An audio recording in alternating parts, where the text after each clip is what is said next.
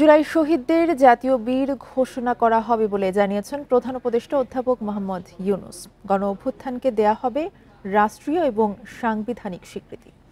বিকেলে জুলাই ঘোষণাপত্র পাঠের সময় কথা বলেন তিনি। জুলাই যোদ্ধাদের আইনি সুরক্ষা দেয়া হবে বলেও জানান প্রধান উপদেষ্টা। গণ অভ্যুত্থানের বর্ষপূর্তি উপলক্ষে মানিক মিয়া এভিনিউতে জুলাই ঘোষণাপত্র পাঠ করেন প্রধান উপদেষ্টা। এ সময় তিনি বলেন, গণ অভ্যুত্থানের আকাঙ্ক্ষার প্রতিফলনে এই ঘোষণাপত্র প্রণয়ন। প্রধান উপদেষ্টা আরও জানান, নির্বাচিত সরকারের সংস্কারকৃত সংবিধানের তফসিলে এই ঘোষণাপত্র সংযুক্ত থাকবে। আজই রাত ৮টা ২০ মিনিটে জাতির উদ্দেশ্যে ভাষণ দেবেন প্রধান উপদেষ্টা।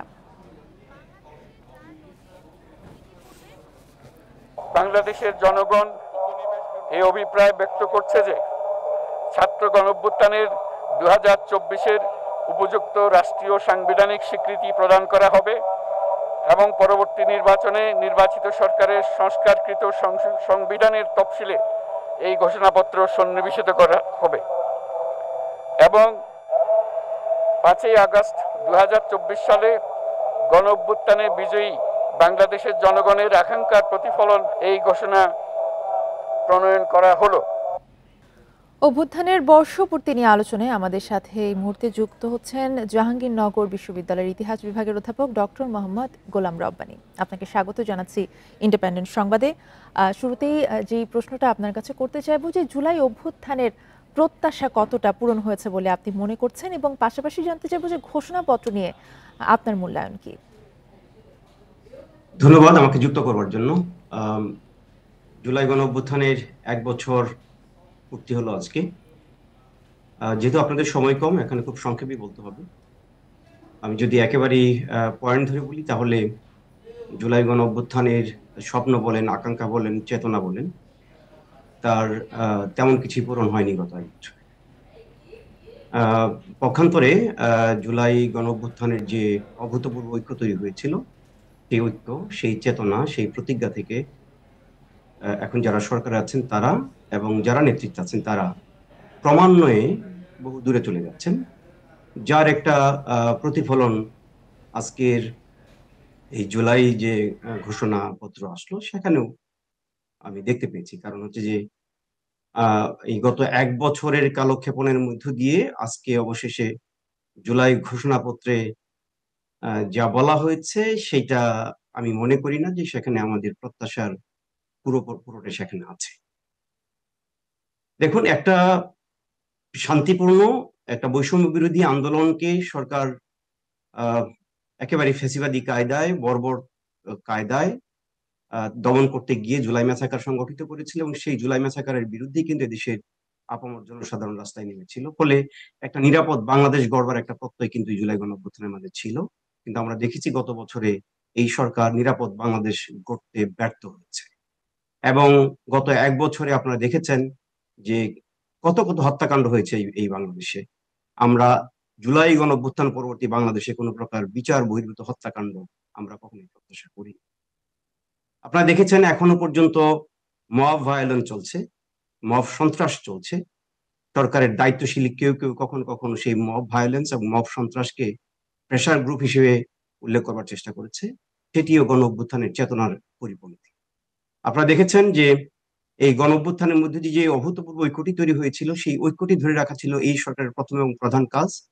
কিন্তু সরকারের পক্ষ থেকে এই ছাত্রদের মাঝে এবং জনতার যদি মাঝে একটা প্রশ্ন আপনাকে করতে চাই, যেমনটি আপনি বলছিলেন ঐক্যের কথা, এই 1 বছর পেরিয়ে সরকারের সামনে ঐক্য ধরে রাখতে আসলে কি চ্যালেঞ্জ রয়েছে বলে মনে করেন আপনি?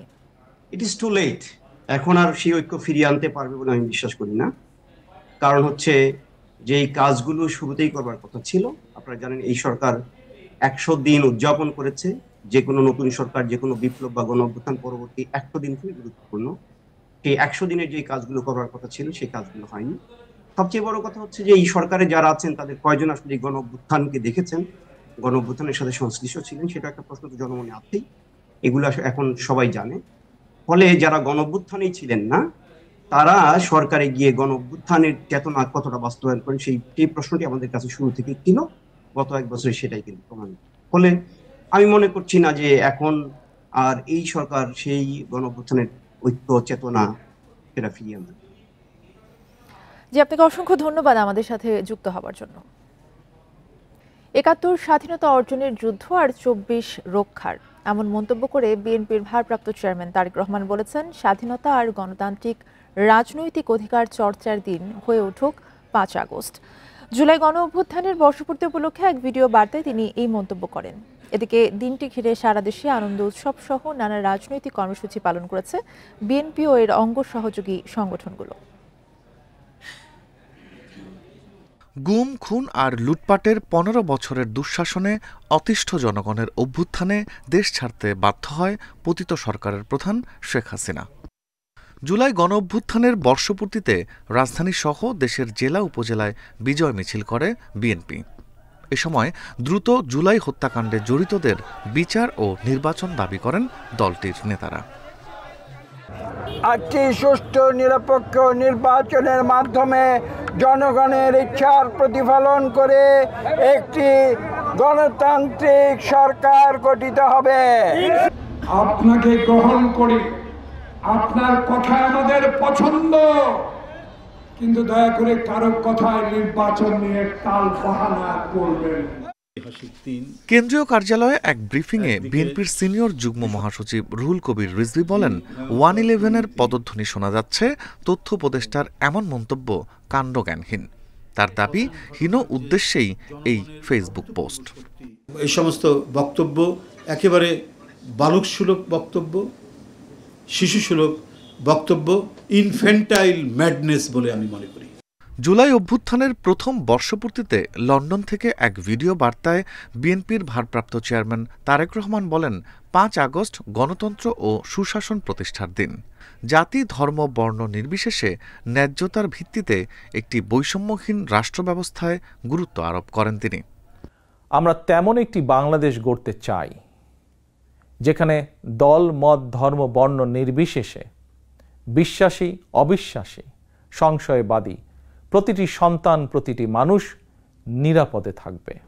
আজ এবং আগামীর প্রতিটি ৫ই আগস্ট হয়ে উঠুক গণতন্ত্র, সুশাসন প্রতিষ্ঠা আর মানবিক মানুষ হয়ে ওঠার অঙ্গীকারের দিন।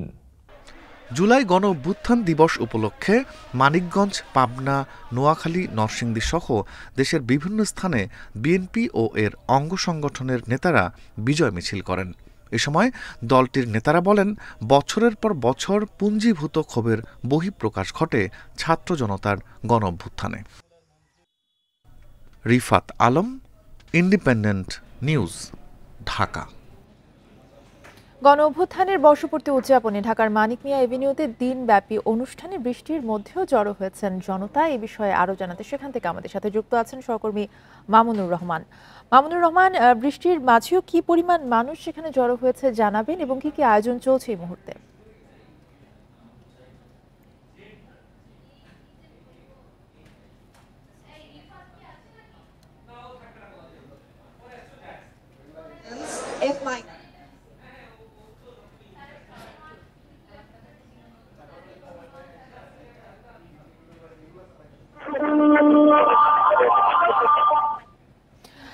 যান্ত্রিক ত্রুটির কারণে সংযোগটি বিচ্ছিন্ন হয়ে গেছে। আমরা পরবর্তীতে তার সঙ্গে আবারও যুক্ত হওয়ার চেষ্টা করছি। চলে যাচ্ছি পরের খবরে। মানিক মিয়া এভিনিউতে জুলাই পুনর্জাগরণ অনুষ্ঠানে গ্যাস বেলুনে আগুন ধরে 10 জন দগ্ধ হয়েছেন। তাদের হাতের বিভিন্ন অংশ পুড়ে গেছে। দুপুরের দিকে এই ঘটনা ঘটে। প্রত্যক্ষদর্শীরা জানান, দুপুর 2টার দিকে দর্শকদের অনেকের হাতে ক্রিয়েটিভ কালার স্মোক দেন আয়োজকরা। একই সাথে শেখ হাসিনার দেশ ত্যাগের মুহূর্ত উদযাপন করতে অনেকের হাতে দেওয়া হয় হেলিকপ্টার আকৃতির গ্যাস বেলুন। এগুলো একসাথে আকাশে ওড়ানোর নির্দেশনা দেওয়া হয়, কিন্তু হঠাৎ করে দর্শক সারির সামনের দিকে বেশ কয়েকটি গ্যাস বেলুনে আগুন ধরে যায়। ধারণা করা হচ্ছে কালার স্মোকের সঙ্গে বেলুনের গ্যাসের রাসায়নিক বিক্রিয়া থেকে আগুনের সূত্রপাত। এ সময় 8 থেকে 10 জনের হাত পুড়ে যায়। পরে তাদের বার্ন ইনস্টিটিউটের জরুরি বিভাগে চিকিৎসা দেওয়া হয়। আচ্ছা, আরো কিছু বিষয় এই দিকটাতে যারা আমরা বসেছি ভাইয়েরা, এই যে আমরা ভাইয়েরা, হ্যাঁ আমরা সবাই আমরা একটু দূরে থাকি। সো যে স্পিকারের স্ট্যান্ডগুলি আছে সেখানে আমি অনেককে দেখতে পাচ্ছি। এই ছিল এখনকার সংবাদে। ইন্ডিপেন্ডেন্ট টেলিভিশনের আরো খবর জানতে চোখ রাখুন ফেসবুক, ইউটিউব এবং এক্সে। সাথে থাকায় ধন্যবাদ সবাইকে।